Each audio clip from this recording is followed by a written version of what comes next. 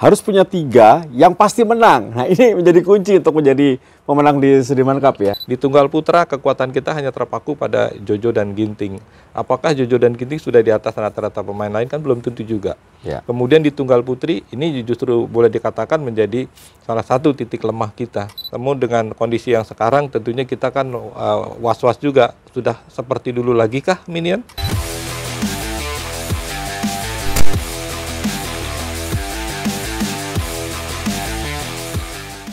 Ya, kembali di atas kertas Tes 10 TV kali ini bersama dengan kembali Bung Daryadi dan kita akan membahas mengenai langkah Indonesia di Sudirman Cup.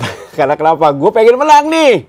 Sudah lama kita tidak mendapatkan Sudirman Cup dan semoga bisa kembali. Tapi apakah kita berhasil? Nah, bersama dengan Bung Daryadi. Bung Dar, bagaimana peluang kontingen Indonesia di Susau menghadapi Sudirman Cup kali ini? Ya, memang sejak pertama dan terakhir kita dapat juara di Sudirman Cup tahun 89. Target selalu dicanangkan. Selalu lahir saya 89. Ya, jadi selalu dicanangkan bahwa kita akan membawa pulang, selalu membawa pulang. Namun faktanya memang kan nggak pulang-pulang ternyata Piala Sudirman. Bang Toyib. Iya, ternyata termasuk yang sekarang pun PBSI, termasuk kemarin juga Reoni, bahwa kita bertekad membawa pulang. Iya.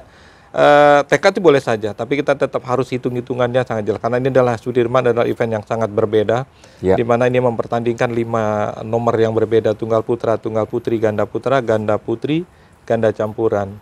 Mau jadi juara Sudirman tentunya simpel saja, artinya kita punya 3 kekuatan di 3 nomor saja, yang boleh dibilang di atas rata-rata negara lain, maka kita juara.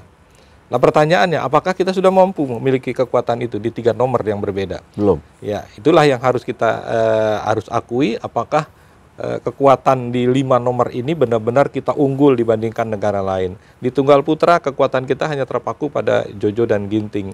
Apakah Jojo dan Ginting sudah di atas rata-rata pemain lain kan belum tentu juga. Ya. Kemudian di tunggal putri ini justru boleh dikatakan menjadi salah satu titik lemah kita. Jadi kemudian di ganda putri kita melihat Apri dan Fadia memang sempat mengejutkan di awal penampilan mereka, namun ketika banyak pasangan-pasangan sudah mulai hafal dengan gaya bermain mereka, belakangan kan juga lebih cenderung kalah. Kemudian di ganda putra, kita mungkin masih unggul dengan pasangan Fajarian ada di peringkat 1 dunia. Ini adalah salah satu kelebihan kita, memang dari dulu boleh dibilang ganda putra ini menjadi kartu truf kita. Kemudian di ganda campuran, zaman ketika Owi Butet masih main, kita masih yakin. Itu juga kemudian sempat juga ada Prapen Debi ataupun Prapen Melati pun kita masih agak ragu-ragu. Dan sekarang ketika Prapen Melati yang boleh dibilang sudah semakin tenggelam, kita belum dapat lagi pasangan yang tangguh di sektor ganda campuran. Artinya saya melihat kita belum memenuhi syarat untuk 3 nomor yang benar-benar membuat kita nyaman. Ketika tanding pasti menang.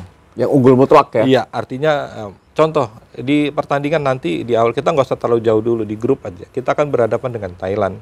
Ya Thailand yang kita hadapkan kalau di tunggal putra kemungkinan besar kan Kun Laput ketemu Ginting. Ya. Ini pun masih 50-50. 50-50. Kemudian kalau kita lihat di tunggal pertama Racanok dibenturkan dengan Grego nggak pernah menang. Tapi 50-50 lah. Ya, artinya memang cukup berat menghadapi. Buat ini adalah salah satu lawan yang belum pernah dikalahkan oleh Grego. Ini memang cukup berat. Kemudian di ganda putra kita kita masih bisa menang. Kemudian di ganda putri peluangnya masih 50-50 ketika misalkan Thailand turunkan Aimsar, kemudian ditemukan dengan Apri Fadia, masih imbang. 50-50. Iya.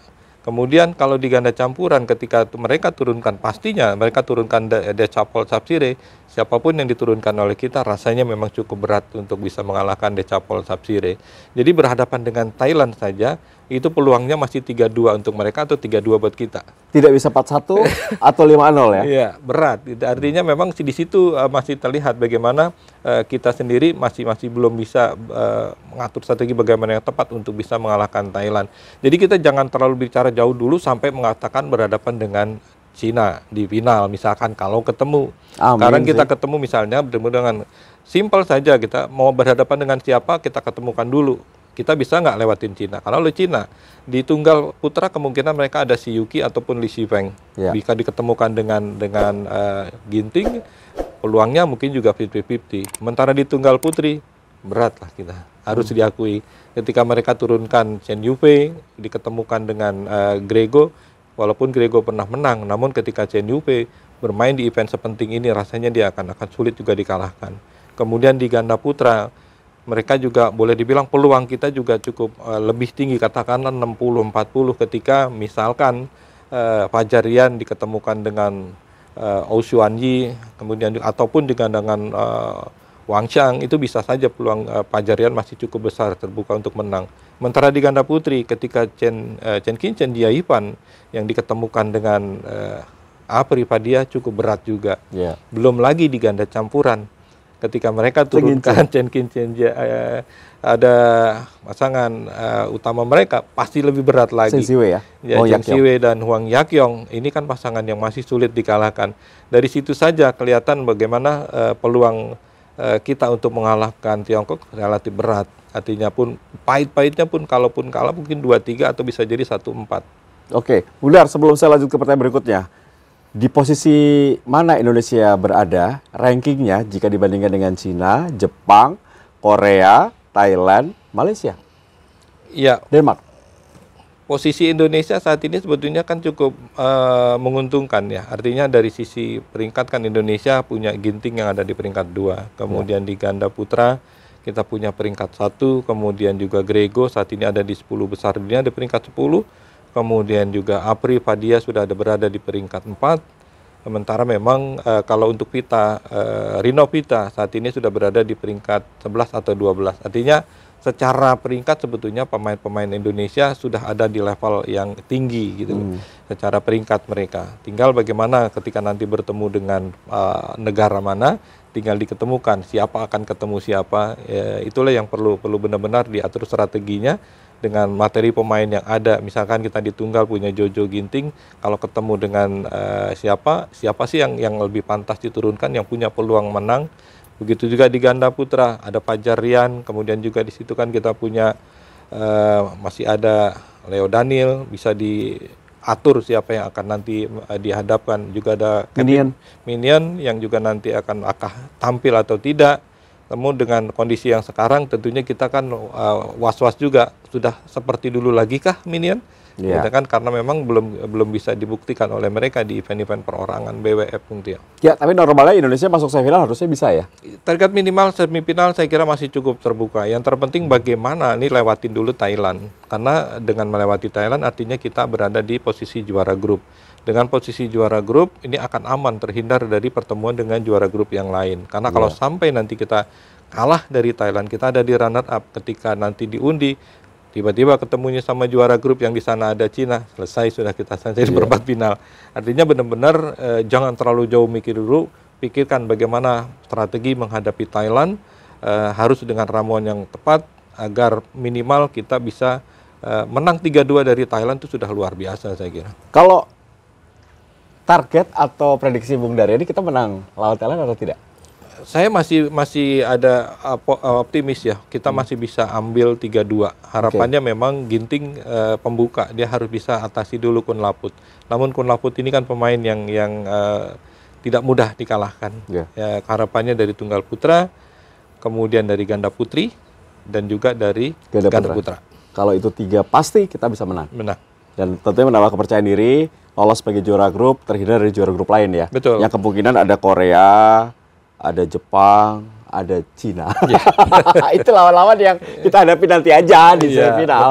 Nah, kalau untuk unggulan pertama, Bung Dar, selain Cina, Anda melihat siapa kekuatan yang sesungguhnya di Sudirman Cup? Jepang juga memiliki kekuatan yang cukup rata ya. Artinya Jepang di situ kan memang Kento sudah tidak lagi dalam posisi yang terbaik gitu loh.